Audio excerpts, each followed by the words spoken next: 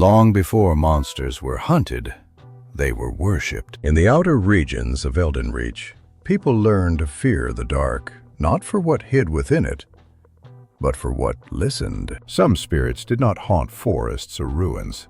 They nested. They learned to hide inside places meant for safety: homes, taverns, inns. When travelers vanished without blood or struggle, elders spoke of Wraithwood, parasitic spirits that hollowed out buildings and wore them like skin. Most believed the stories were superstitions, warnings meant to scare children into obedience, until the disappearances began again. 3 travelers entered the Fallowmere Inn. None were seen at dawn. By morning, the building was breathing. The road to Fallowmere had not always been empty.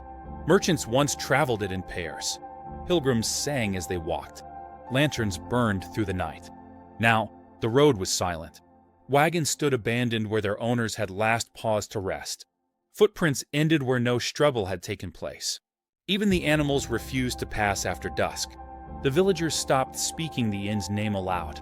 They said the walls remembered footsteps, that the doors learned how to close by themselves, that the building listened and waited. Messages were sent beyond Eldenreach. Seals broken. Warnings written in old ink meant only for those who still believed. Not guards, not soldiers.